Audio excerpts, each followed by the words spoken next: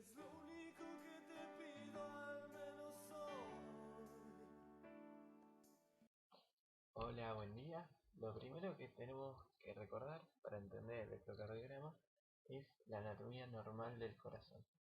El corazón presenta cuatro cavidades, dos aurículas, aurícula izquierda y derecha, la cual cada una se conecta mediante las válvulas auriculoventriculares con ambos ventrículos, el ventrículo izquierdo y el ventrículo derecho.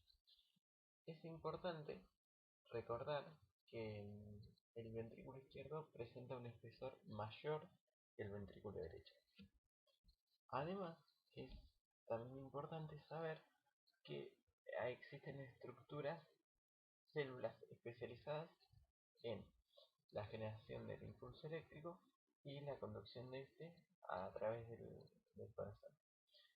Las células que presentan la capacidad de generar el impulso eléctrico se denominan células con automatismo, porque por sí solas pueden generar un impulso eléctrico.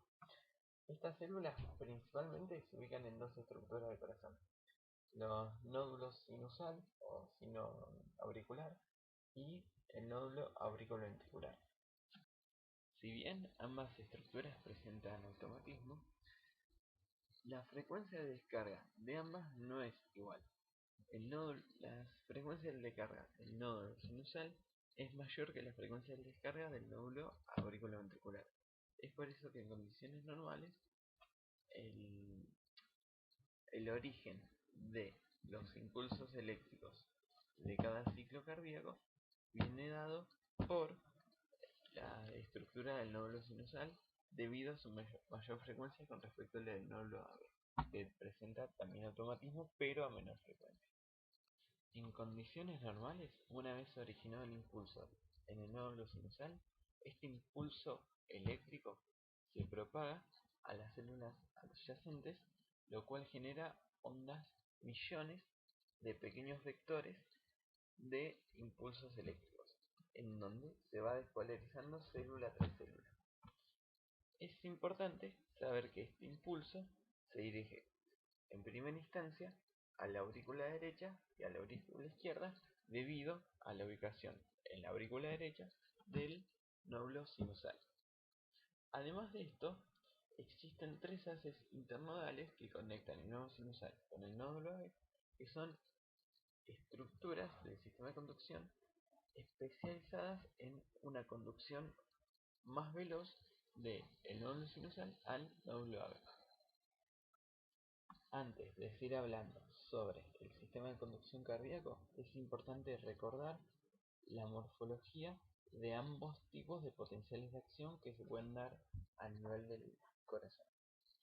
Están las células que presentan un potencial de acción rápido, también denominado sódico, y están aquellas células que tienen un potencial de acción de tipo lento, también denominado cálcico. Ambos tipos de células en estado de reposo presentan un potencial de membrana negativo. No es el mismo valor para ambos, pero es importante saber que ambos en reposo están negativos en el interior de la membrana. Al despolarizarse, este potencial intracelular se vuelve positivo con respecto al extracelular, es decir, cambia su polaridad, se despolariza.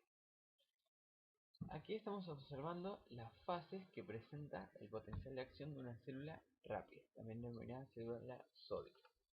Aquí se observan los principales canales involucrados en cada una de estas fases. Lo más importante es recordar que en la fase 0 del potencial de acción de una célula rápida ingresa sodio a la célula debido a la apertura de los canales sodio-voltaje dependiente. Estos canales sodio-voltaje dependiente dependen del voltaje. Es necesario primero que llegue algún estímulo que que eleva el potencial de reemplazo hasta el potencial umbral, y esto genera la apertura de los canales sodio-voltaje dependiente que, por gradiente electroquímico, ingresará el sodio despolarizando la célula, es decir, volviéndola positiva en el interior. Luego, eh, luego de la fase 1 ocurre la fase 2, en la cual se genera un potencial relativamente constante a lo largo de bastantes milisegundos, debido a que la corriente ingresante de calcio es prácticamente igual a la corriente que sale de potasio. Es importante saber que en la fase 2 ingresa calcio. ¿Por qué? Porque este calcio genera la liberación de calcio inducida por calcio, la liberación de calcio dependiente, lo cual libera los reservorios intracelulares de calcio. Es decir, el calcio que ingresa desde el exterior de la membrana, desde el extracelular al intracelular, este calcio es relativamente poco, pero genera la liberación de calcio inducida por calcio de los reservorios intracelulares, y este calcio más abundante es lo que permite que se dé a cabo la contracción en caso de tratarse de una célula miocárdica. Finalmente, en la fase 3, por la apertura de los canales de potasio, se genera que el potasio salga a la célula retomando valores negativos, que son los valores de reposo, que es la fase 4. Esta fase 4 de una célula sódica, también de una célula rápida, es relativamente constante y necesita la llegada de un nuevo impulso eléctrico para generar la apertura de canales sodio-voltaje dependiente y generar un nuevo proceso de potencial de acción. Los ejemplos más importantes de células sódicas son el miocardio auricular, el miocardio ventricular y el sistema de His-Purkinje. Por otro lado, tenemos las células lentas, también se denominan células cálcicas. Estas células lo que presentan es otra morfología de potencial de acción, en la cual se denominan células cálcicas porque en la fase 0, en vez de generar la apertura de canales de voltaje dependiente, se genera la apertura de canales de calcio, lo cual por gradiente electroquímico ingresa el calcio, pero con una pendiente menor de del ingreso de sodio en las células rápidas. Es decir, si bien ambas células, tanto sódicas como cálcicas, se despolarizan, las células sódicas lo hacen más velozmente que las células cálcicas, debido a la cinética de estos canales. No existe una fase de meseta, una fase 2 tan marcada como el potencial de acción de las células rápidas. Se observa que claramente la morfología del potencial de acción es diferente. Algo importante a tener en cuenta es que la repolarización también se da por la apertura de canales de potasio, lo cual por gradiente electroquímico sale de la célula volviendo el potencial a valores negativos.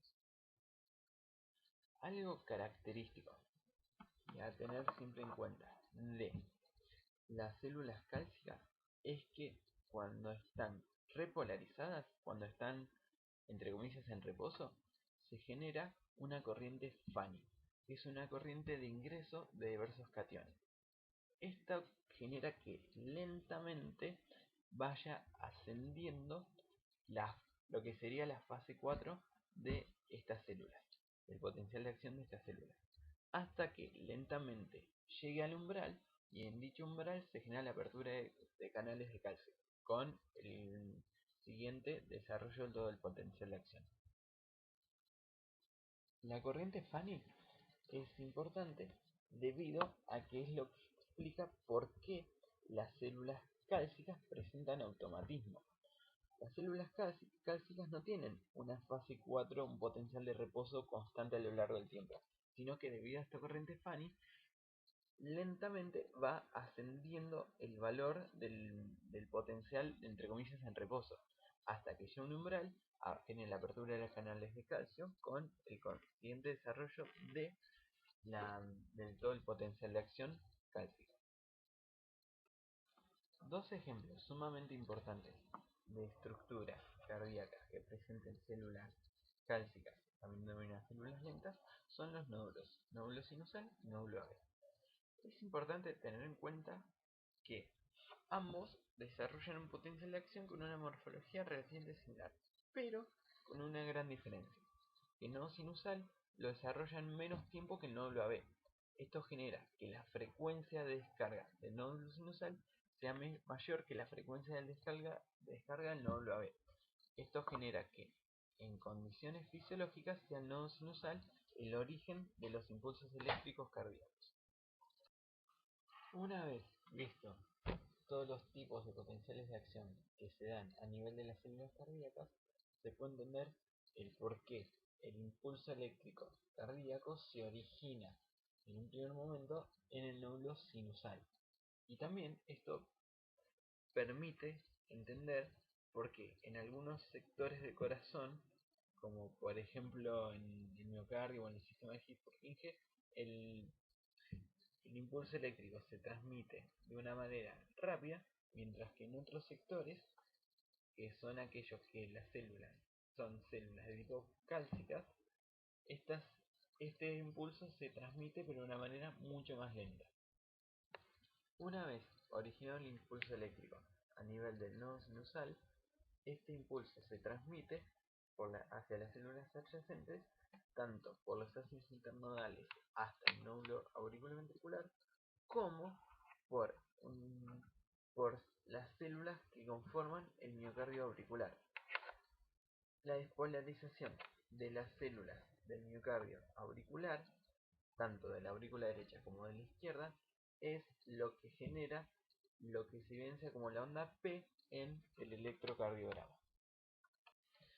El impulso eléctrico, al llegar al nódulo auriculoventricular, se transmite pero de una manera lenta, debido al tipo de potencial de acción que presentan estas células. Entonces, esto genera que ocurra un retraso entre la despolarización y posterior contracción de la aurícula y la despolarización y posterior contracción de los ventrículos.